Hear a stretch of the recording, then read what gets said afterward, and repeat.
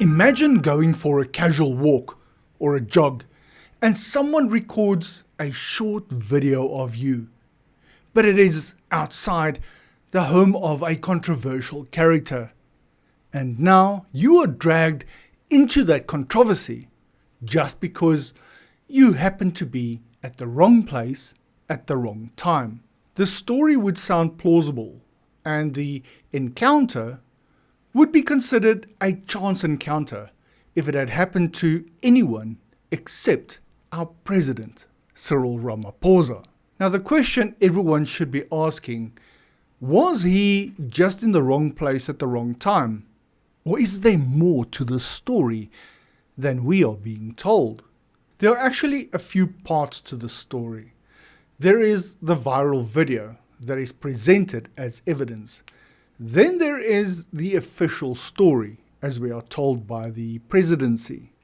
There is the rumored family connection and the denial by the president. And then there is us, the public, who try to figure out what this all means. But let's begin with the viral video. The video is short, it's a couple of seconds, and it's simple. And for a lot of people, it's deeply, deeply suspicious. You know, context is everything here. In this video, President Ramaphosa looks super relaxed. He's on a fitness walk and was stopped by fans, posing for a picture with Bishop Noel Jones and Thibaut Touch. It's just so happened that Thibaut Touch stopped his car to greet the president as he was walking. Now, for those who do not know, Thabo Molefe, who is popularly known as Thibaut Touch, is a TV and radio personality famous for his reality shows and live hosting. So yeah, here's the guy who was there. But it's the location that's the problem. They stood outside a massive, lavish mansion in Sandton, and as coincidence would have it, so we are told, it turns out that this home belongs to a guy named Hangwani Maumela, who is right at the center of that 2 billion rand hospital tender scandal. And the timing, while the video just happens to explode online right after the SIU raided that exact property, seizing luxury cars and assets. So yeah, you can see why people started asking some serious questions. The public outcry got so loud, so fast, that the presidency had to respond, and they had to do it quickly. But do we believe them? Their official explanation, it was all just one massive coincidence. That is one gargantuan coincidence. What are the chances? Are there any theoretical physicists out there that can calculate the chances? Now, this timeline is absolutely central to the presidency's defense. They're quick to point out that the video wasn't filmed recently. No, it was apparently shot way back in September of 2023. It only just recently went viral, conveniently right after the SIU raid on Maumela's mansion, which of course made it look quite damning. The president's office issued a clarification to try to get a handle on the story. So here's the official story step by step. So firstly, the president is on one of his regular fitness walks near his own home, which just happens to be near Maumela's mansion. Secondly, the route apparently often takes him down the very same street where Maumela lives. Then, by pure chance, a celebrity DJ spots him and stops for a picture. And lastly, the president had absolutely no idea who owned the mansion behind him.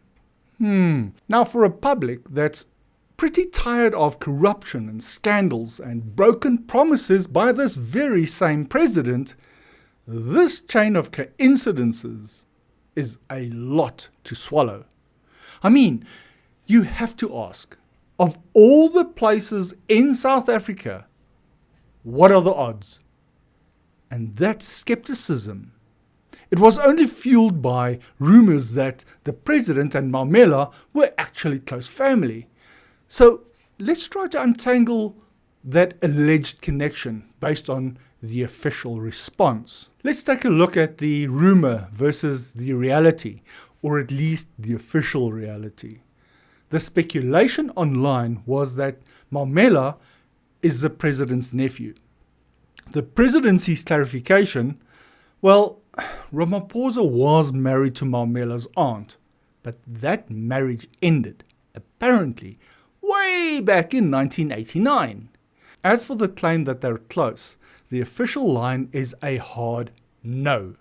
Oh no, no.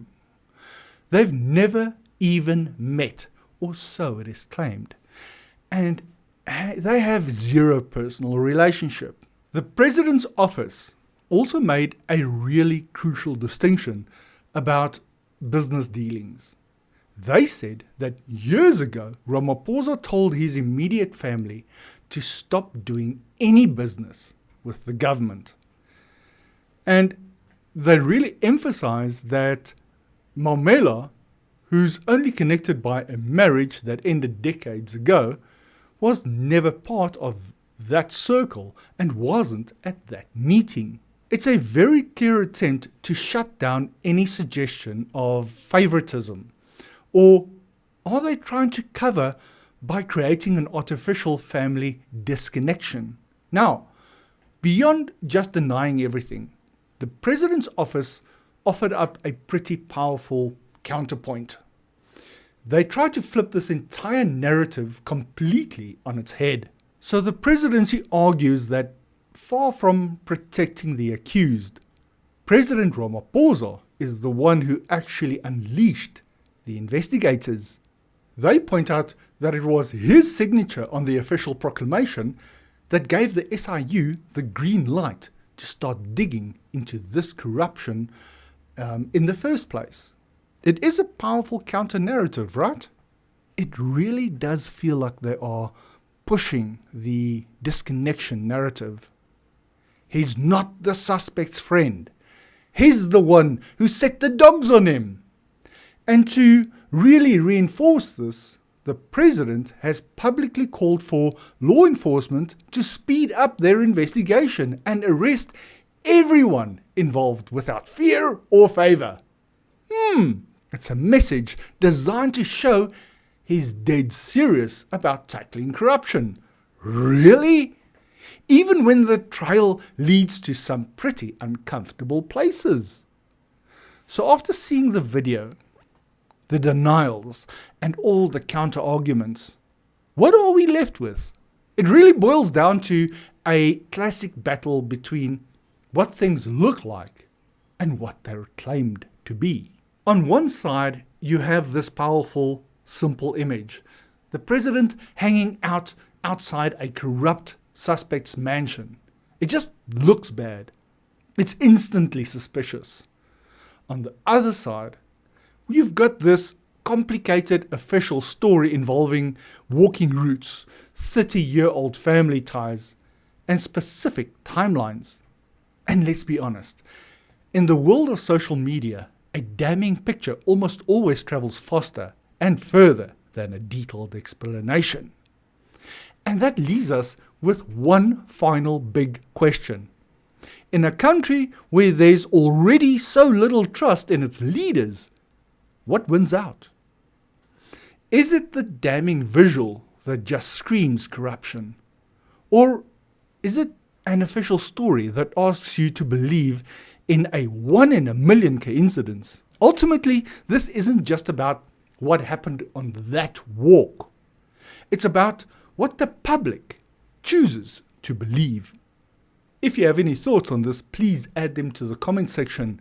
Thank you for watching, and if you found any value in this video, please do like, share, and subscribe, and I will see you in the next video.